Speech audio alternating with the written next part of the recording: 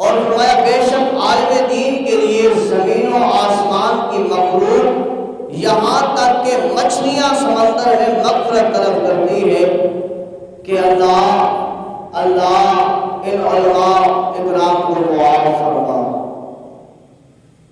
مچھلیاں آقا کریم فرماتے ہیں مچھلیاں سمندروں میں عالم دین کے لیے اللہ کی پاک بارگاہ میں استغفار کرتی ہیں، اللہ فلاں عالم دین کی بخشش فرما، اللہ فلاں عالم کی بخشش فرما۔ اللہ نے انسان کے لیے قسمیں اٹھائی، چار قسمیں اٹھائی اور فرمایا اے انسان میں نے تجھے کتنا حسین بنایا ہے، پر انسان عالم کے خلاف باہر کھڑا ہو کے گالیاں بھی دے رہا ہے، عالم کے خلاف باہر کھڑا ہو کر جو ہے وہ پروپگنڈا بھی کر رہا ہے، عالم کے خلاف وہ گھر میں یا محفل میں یا چوک میں بیٹھ کر باتیں بھی کر رہا ہے کہ فلاں عالم ایسا ہے، فلاں ایسا ہے، فلاں ایسا ہے۔ پر جو مخلوق ہے، جو جانور ہے، جو خشکی کے اوپر رہنے والے بھی نہیں بلکہ پانی میں رہنے والے، سمندر میں رہنے والے ہیں، مچھلی ہیں، آقا کریم فرماتی ہے وہ مچھلی ہیں، آقا کریم فرماتی ہے وہ مچھلی ہیں، عالم دین کے لیے اللہ کی پاک بارگاہ میں استغفار کرتی ہے، اللہ ان کی بخشش فرما۔ کیا عالم دین کی ہے وہ ہماری طرح انسان نہیں ہے؟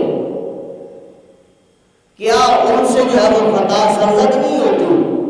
کیا وہ کسی اور جگہ سے آئے ہیں؟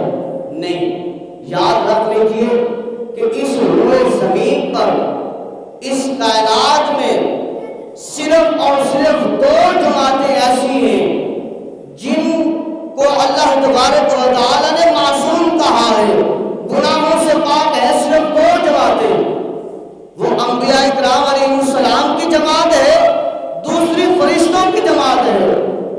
فرشتے بھی گناہوں سے پاک ہے، انبیاء اکرام علیہ السلام بھی گناہوں سے پاک ہیں۔